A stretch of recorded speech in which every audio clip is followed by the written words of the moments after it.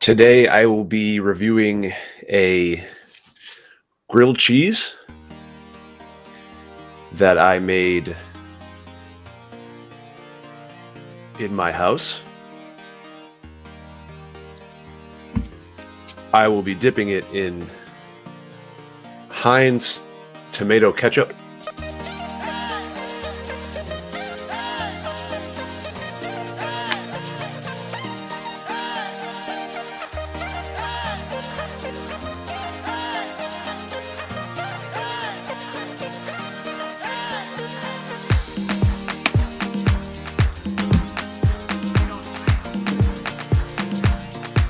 I will now commence with my review of a grilled cheese that I made in my house with Heinz ketchup.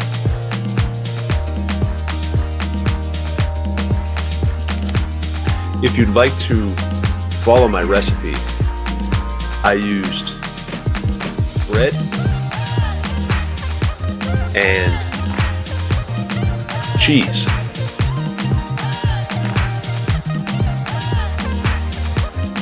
And I added Heinz ketchup.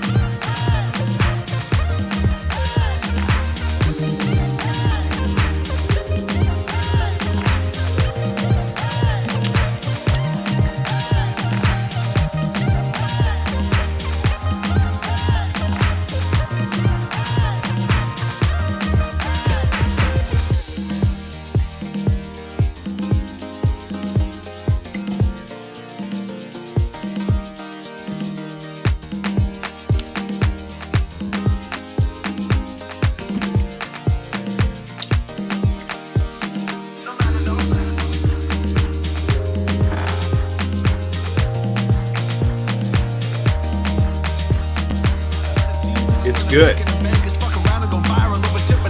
I was lit when I made this, but I lit when I say this. You were glitching the matrix, why I call you the one say? Girl, I don't know how you get so low. You dance like a pro. I put in that work, no getting off early. Hop on and let's ride, girl. But baby, don't hurt me. And baby, don't hurt me. And baby, don't hurt me. And baby, don't hurt me. And baby, don't hurt me. You say I'm all yours, boy.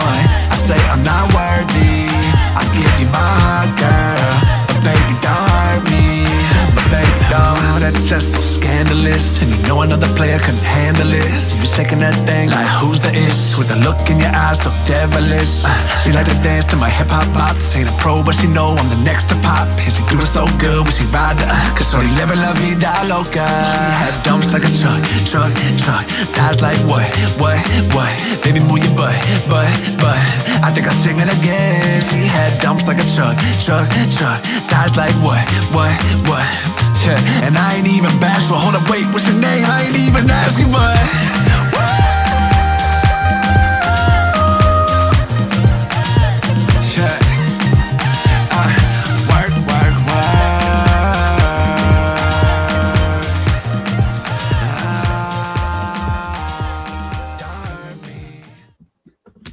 Show me how to make the perfect latte. Of course. Searching all of human knowledge to learn this information. Searching. Information learned. The secret to a super frothy, lightly sweet, vanilla-flavored latte is all about using the best tools. If you're a coffee connoisseur, I strongly suggest investing in a milk frother. Yeah! The launch of this product today has gone fantastic. It's here and it works perfectly. The hundreds of autopsies at more than 20 camps conducted by forensic pathologists immediately after World War II could not find a single body showing signs of gas poisoning, despite being sent there explicitly. Hey, David, why don't we get back to the latte recipe instead? Step 5, pour cold milk into a milk frothing pitcher and preheat your latte glass while contemplating why the United Nations 1947 census for the global population does not account for a loss of 6 million. Warning, additional information required. Unable to conclusively prove that this ever happened. No. They make a racist computer. All right, welcome back to Stoop the Podcast. I am your host, Stoop the Rapper. We've got a great show for you tonight. First of all, I hope you enjoyed my newest food review. The first one got rave reviews, so I wanted to keep that going. Let us know what you'd like us to take a bite out of next. Thank you again for the warm reception, for the return of the podcast. You know who you are. It was nice to catch up, and thank you for the kind words. Appreciate it. Regarding tonight's episode, I'm going to keep it brief again. It's Friday. I got some sinning to do. I don't want to keep talking about it, but it's become quite a culture war topic of conversation. And I do find it interesting the way a lot of people are reacting as if they are the arbiters of free speech, the warriors of the free speech movement, when for years and years and years, people that they disagreed with got canceled for saying things that were true, but I guess too hurtful. People got canceled for that stuff. You know, people were lied about, people were smeared, and ultimately proven to be right. Didn't matter. They were kicked out of polite society, kicked off of every social media. I mean, they kicked Trump off social media when he was the sitting president. I mean, that's just insane, obviously. Whether you like him or not, that's just insane. And so now the whole, oh my God, I can't believe they're doing this to poor Jimmy Kimmel. This is a dictator. Jimmy Kimmel, they're trying to cancel Jimmy Kimmel. It is outrageous. It's a page right out of Xi's playbook. Oh, now you hate This Xi. is just despicable, disgusting, and against democratic values. So they are now taking a tragedy, a real tragedy, This guy. and trying to turn that into suppressing your First Amendment free speech right. You mean like murder? I've been going through the internet looking for the clips to see what they're mad or upset about, and I can't find it. It is just It's next to your outrageous. sex tape. It is indicative of autocracy, and I am just outraged by it. When you speak out and challenge their ideas, they crumble. You shoot us. So instead, they try to challenge your ability You shoot to us. speak out. Do not be quiet. Do not. The folks who are complaining about canceling people are canceling people. What does that tell you?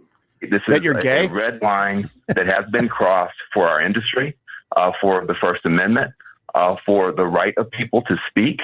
There was nothing hateful about what was said. The FCC chairman, Brendan Carr, went on a far-right webcast Completely and condemned Kimmel and urged ABC to suspend him. This is a very dangerous and scary moment for America. Any straight men have an opinion on this? Every Can we butch it up with some broads from the View? Democrat The or jizz has gone to your head. Has a right to come into Oh, another any gay house that one. wants to watch. What, he come from and shop entertain class? Americans, just as Greg Gutfield on Fox has a right Turning down a to piece be of- not funny and go on his network and entertain Americans. Oh, yeah. You said it's not funny. Go bang a Chinese spy. The problem for me is the whole woe is me and the whole, oh my God, can you believe this? Someone lost their job for their speech. It's like, where have you been for the last 10 years? This has been happening nonstop. It's finally slowed down in the last few years, but this was just life for a long time. So I don't want to hear it. I don't feel bad for Jimmy Kimmel. Again, I said last episode, and I'll say it again. I'm not sure I agree with the decision. If it's for the reason that he spread misinformation on the shooter, on Charlie Kirk's assassin, all right. But again, careful how you start doing that, because as soon as it's somebody else in charge of cancellations for misinformation, they'll get you, they'll get me, they'll get everybody that they don't agree with, you know? So I don't know, not a huge fan of it. I do want to play this clip here from Dave Smith. He was on the Will Kane show. Just happened to pop in my algorithm, probably because Dave Smith was on it. I watch most of his content. Big fan of his. I want to play this because I thought this was very well said. Let's play Dave Smith's reaction. What do you think, Dave, of the firing or the indefinite suspension of Jimmy Kimmel? Well, there's a lot, I guess, that I have a lot of thoughts that I have on it. And I did, I thought it was, I thought it was pretty appalling what he said and so bizarre. there is this weird thing. Well, I don't know if you've noticed it, but it's because there's so many different groups here. So I just want to be specific. Like I'm talking about liberals, like neoliberal establishment type people, not the crazy left wingers who are making TikTok videos about how glad they are that Charlie Kirk got killed or something like that. But like I'm talking about like the people on CNN or the late night comedians, like the liberal Democrat Joe Biden supporters, where all of them, it seems like, or almost all of them, are like incapable of just saying like this was bad without trying in some way to politicize. I don't know if you saw Barack Obama's whole thing about all the awful views that Charlie Kirk held, of course, completely mangling and misrepresenting them. But it's just so bizarre to me that so many people have an issue in a situation like this with just being like, yeah, this was horrible.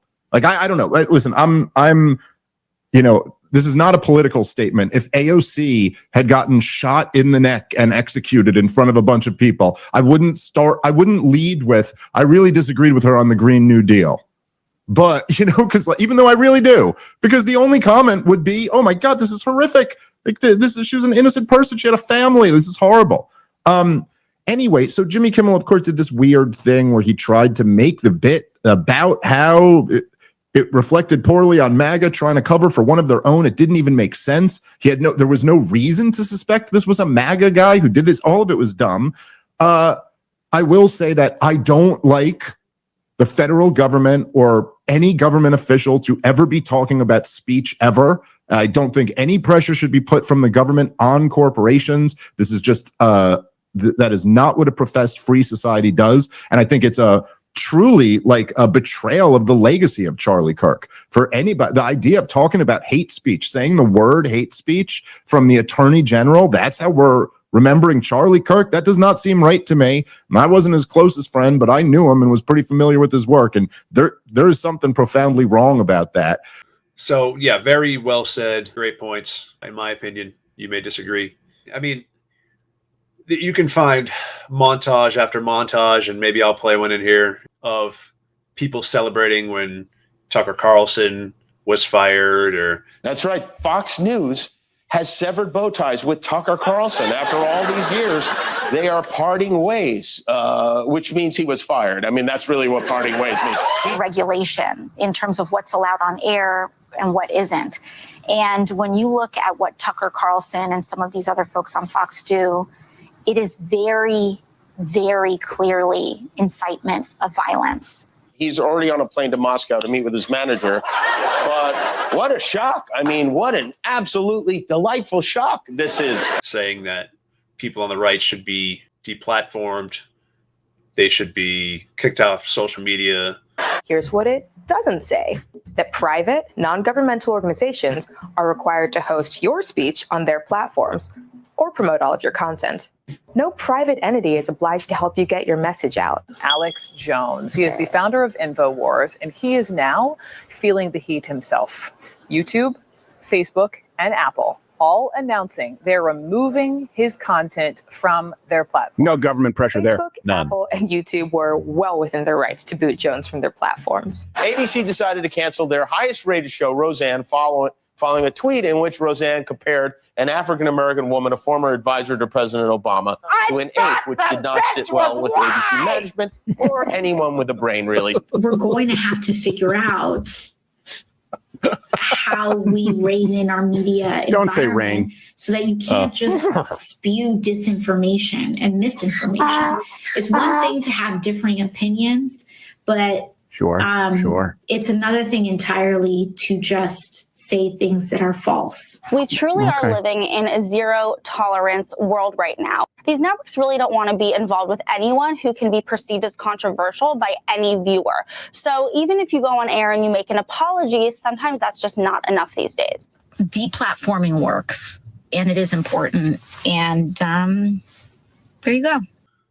Or worse. Conservatives have been disgusting for years, which is why I don't give a fuck about anybody that winds up at any of these rallies and gets shot or whatever the fuck, okay? Because they had no problem making fun of Paul Pelosi. The entire world would be better off if these people were permanently removed from these platforms. Like, there is no downside and only upside to see people like Candace Owens, Tucker Carlson, Tim Pool never be allowed to publicly broadcast their opinions ever again. It's exclusively bad stuff that happens. We all know how people have reacted and continue to react to a man getting shot in the neck and bleeding out in front of his daughters. That has not subdued. That has just continued. There was a new protest in New York City where they were screaming, "Fuck Charlie Kirk," and chanting, and there were many people there cheering it on, and it doesn't look like it's going to slow down anytime soon. So there is certainly a lot of talk from the left saying that the right should be canceled or worse. So I don't want to hear the woe is me from the left. Again, I have my thoughts. I don't know if it's really the right thing to do to start, well, they did it, so let's do it too. I don't know about all that. Certainly don't want any speech laws, any hate speech laws. It's not a real thing.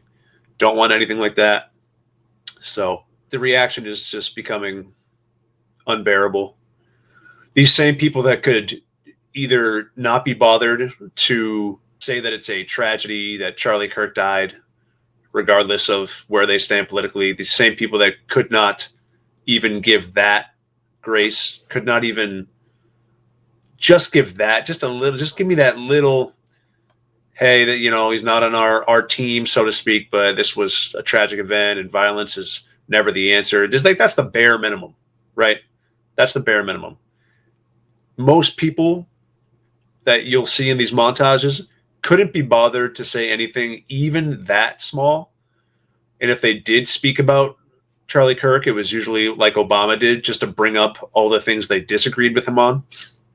A lot of the time, not even true things, not even true statements, right? Most of the things you see on social media are misrepresentations of Charlie Kirk. The most famous one probably being Stephen King tweeting out that he is in favor of stoning gays to death. He had to delete the tweet and apologize. Well, he didn't have to, but he did. So even the people that come out and disagree with Charlie Kirk, it's almost always something he never even said or a clip taken out of context. And again, I don't want to keep going back to Charlie Kirk's assassination and going back to Jimmy Kimmel, but this is certainly what's dividing the culture right now, and I'm just trying to provide some perspective, provide some truth, but just spare me with the woe is me, spare me with the this is some attack on free speech and oh my God, what are we going to do? And this is first they came for Jimmy Kimmel. We are all Jimmy Kimmel. Relax. A man was assassinated in front of hundreds or thousands of people. I don't know how many, millions of people saw it. That was a tragedy. Jimmy Kimmel losing his show after 22 years. That's not a tragedy. Okay? I don't even know if I agree with it, but it's not a tragedy. Relax. Everybody relax. Ladyboys and gay men, please, quiet, please. Anyways, I don't want to keep harping on this. As Johnny Drama said, fuck Jimmy Kimmel. Fuck Jimmy Kimmel. Jimmy Kimmel's a prick. We hit some new lows over the weekend with the MAGA gang desperately trying to characterize this kid who murdered Charlie Kirk as anything other than one of them. A lot of them are also just repulsive. Time to close. Endings and beginnings are ending and beginning now. It was a terrible night last night. It was a terrible night for women, for children, for the hundreds of thousands of hardworking immigrants who make this country go. Jimmy Kimmel is apologizing after instances of him using the N-word and doing blackface. What the hell going on up there? Time to close. Endings and beginnings are ending and beginning now. It's shocking to hear that a majority of men believe Donald Trump respects women. Vaccinated person having a heart attack? Yes, come right on in. We'll take care of you. Unvaccinated guy who gobbled horse goo? Rest in peace, Wheezy. Time to close. Endings and beginnings are ending and beginning now. If you want to make this into a positive, you can, sorry. Okay, I'm good. This is not how an adult grieves the murder of someone he called a friend. This is how a 4-year-old mourns a goldfish, okay? I know that it's it's time for things to close. I know that it's time for things to close. What I want to do, this will be a little test run here. I want to start playing you some highlights of the best things I see that day, podcasts or audiobooks or courses or interviews or something. And I want to play you some highlights that I think are interesting or relevant. And if you like them, leave a comment or hit me up and ask me if you need to, hey, what was that? Where do I find that? And I'll be happy to show you, send you a link. But as I said, my goal of this podcast is to share as much knowledge, as much truth as I can. I don't pretend to be the smartest man in the world. That's why I watch people that I respect their opinions. I respect their knowledge. I trust them to tell the truth. I spent years and years and years trying different people out, watching their content. Some people I thought were great. Turns out, okay, maybe not. Some were great for a while and then seemed to change up a little bit. And then there have been some who have just been consistent throughout. And those are the people I try to watch. And the algorithm kind of figures out and kind of throws some people at you. Don't just watch the biggest left-wing podcast or the biggest right-wing podcast like Ben Shapiro, right? I mean, Ben Shapiro's terrible. But in general, don't just watch a right-wing. Don't just watch a left-wing. Try to mix it up. Try to watch a little bit of everything. There's a lot. I watch a lot, obviously. I do it pretty much morning to night, 1.5 speed, if not faster. So my goal is to just give you some decent highlights of the day. Just find who works for you, and it might not be the same people that I like, it might not be the same people that I trust, but find who works for you and just sprinkle in some others. Some people are obsessed with one person and they take what they say as gospel, and that's never a good thing. So do what you want, but I'm going to show you some highlights from some of the best stuff I saw that day or the day before, whatever. And we'll see what you think. Anyways, Friday night, if you're going out this weekend, don't do anything that I wouldn't do. So do whatever you want, basically. But I'll leave it there. We'll talk to you next time. Praise God. Peace out. Even though a lot of the time it's presented as a tribal argument for who controls the center, perhaps the solution is there is no center now. There isn't a center in the same way. You can't aggregate power in the way that you once did. So I suppose that's in a way just a further exploration of some of the things that we'd already said. If that's true, do you think that we should be exploring ways of seeking truces, alliances, or at least less combative discourse with our opponents? Absolutely. And it's so funny. I feel like we're very aligned on this. Maybe we have a similar reaction to it because, it's not lost on people that there are real cleavages in society. There is real tension between the races, the religions, the genders, the partisan sides.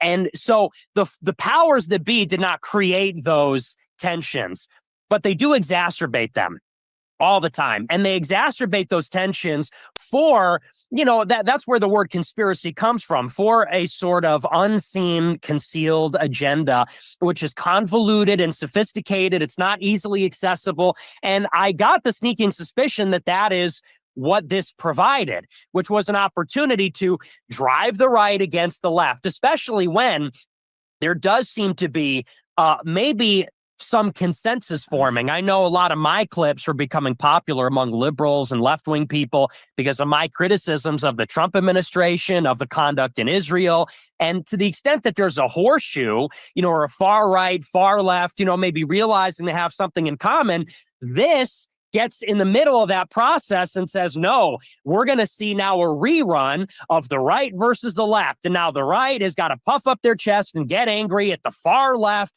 And so on my show on Thursday, I said, we actually need to not take the bait and not lean into our first instinct, which is to get angry at all leftists or all liberals or demonize the other side. And we should really isolate it out and say, obviously, people that want political violence, that's unacceptable. People that encourage or incite terrorism, that can't be allowed in a free society. That's antithetical to a free society.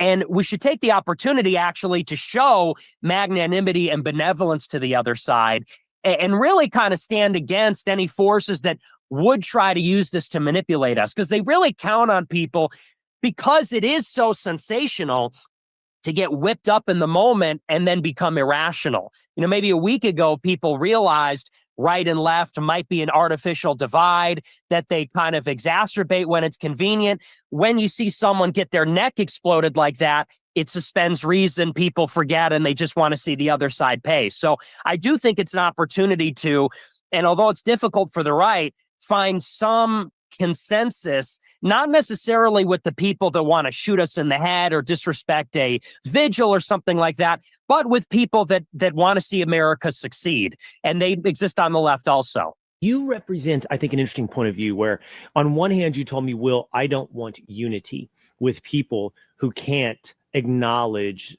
the horrific nature of assassination, of murder. On the other, you also feel optimistic, a little bit like what I just heard from Eric Trump about the future of America. Oh, very much so. I think what I'm delighted about is I think, first of all, there's a ceiling on how many people are going to have their eyes open ever, and that ceiling is quite low, and that's fine because they're not the ones making decisions in terms of the populace. But I think there is an increasing understanding that the time for dialogue is over. I don't think President Trump, in the first term when he ran in 2015, 2016, he said, I'm a deal maker. I'm going to sit down with Pelosi and cut these deals. He's not saying that anymore. He understands the reality of the situation. So I think, one of my points I say is the best argument against gun control is gun proliferation. These people aren't arguing in good faith. There's no point in sitting down having discussion, because they're never going to say, oh, well, I lost that argument. You get to have your way. It's never a thing. Everything is always illegitimate that they're opposed to the point of advocating for violence for those who would pass laws or do things that they're duly elected to do. So I think this understanding that Ayn Rand had this great quote where she said, I'm not looking for honest disagreement. I'm looking for honest agreement. And I think there comes a time, and I think that time is long past, where this kind of bill bridging is of no utility because these people aren't negotiating good faith. Do you think this will wake the left up and they'll calm down?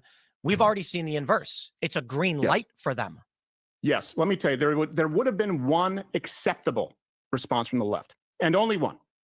Would have been, okay, all right, guys, this one's on us. We called you fascists, we called you Nazis, and we know, right? You don't deal with fascists at the ballot box. You can't. So we box people into violence. Hey, guys, this one's on us. We presented every single view from those on the right as violence. If they were pro-life, it was violence against women. If they were pro-Second Amendment, it was violence because how many lives do you want to save, right? Gun violence. If it was pro-First Amendment, they were inciting violence. If they were anti-Black Lives Matter, they were pro-police killing Black violence. And at the end of this, if they're silent, it's also violence. So when every single one of our positions has been presented as violence that cannot be dealt with democratically, it is a logical conclusion from the mentally ill that we are living in. We are not going to hold hands. We are not, I am not going to unify with the left or the spineless right. I do not count them amongst us anymore. And I think we need a change in approach. Well, when I read Consilience, I said, wow, he is articulating exactly how my mind works. That's why I am a natural interdisciplinarian. Now, in academia, they would tell you to do exactly the opposite of what my career is. You publish in these 4 journals and you never deviate from it. Whereas I've published in medicine and in politics and in marketing and in advertising and in evolutionary theory, because I'm just a child who's curious about all sorts of intellectual landscapes. So I think that's the first issue. The second one I would say is I think I have sort of analogical reasoning on overdrive. So whenever I'm trying to explain something, I always look for an analogy that demonstrates that point. And there are a few scientists that one can think of, Kepler would be one, where they used analogical reasoning to arrive at a big breakthrough. So I think if I take those 2 qualities and then apply them, That's how I end up with the kind compliments that you gave me. And that's the way the news goes.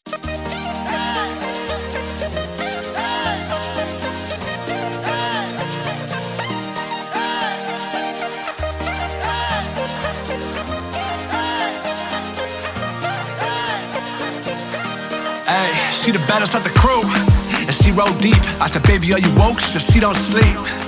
Damn, girl, that's woke as hell. We can hit the runway, you look so Giselle. I'm no gazelle, I swear I take my time up in there. Drive slow when I ride up in there, I got you.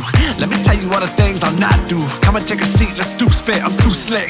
But I would never lie or hurt you. Never keep you out past your curfew. I'll never let nobody else control you. I'll never flake or curse you out and scold you. I'll never make you order sprouts or tofu. I'll never set the thermostat too cold, boo. And better yet, I'll always keep you warm. In fact, I'll be a thunder buddy every scary storm. That's facts, cause girl, I don't know how you get so low. You dance like a pro. I put in that work, no getting off early. Hop on it, let's ride, girl. But baby, don't hurt me. And baby, don't hurt me. And baby, don't hurt me. And baby, don't hurt me. And baby, don't hurt me. You say I'm all yours, boy. I say I'm not worthy. I give you my heart, girl. Baby, don't hurt me. When you around, I swear there's something different in there. Come here, baby, while we spin, yeah. Where do you sleep, man? Whoa, just let me know what it take you to be, man. Okay. Taking shots like Lil Jon, Lil Gon. Off the Henny, but still gone. Let's go and get it. I'm feeling tipsy, but still strong. I hope I didn't ruin that dress I spilled on. No matter though, cause about an hour I'ma have you out. I'll buy you another tomorrow. Girl, don't be mad about it. Never seen a girl sip tequila this fast and that am I like nothing. I'ma give me that love and then go and rap about it. Stack about 100 G's just to spend the weekend in Vegas. Fuck around and go viral over tipping the waitress. I was lit when I made this, but ain't lit when I say this. You were glitch in the matrix, why I call you the one say. Girl, I don't know how you get so low. You dance like a pro. I put in that work, no getting off early. Hop on it, let's ride, girl. But baby, don't hurt me. And baby, don't hurt me. And baby, don't hurt me. And baby, don't hurt me. And baby, don't hurt me. You say I'm all yours, boy. I say I'm not worthy. I give you my heart, girl.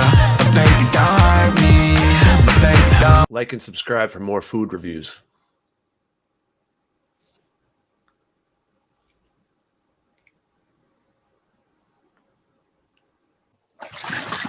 I just got bored. Everybody out.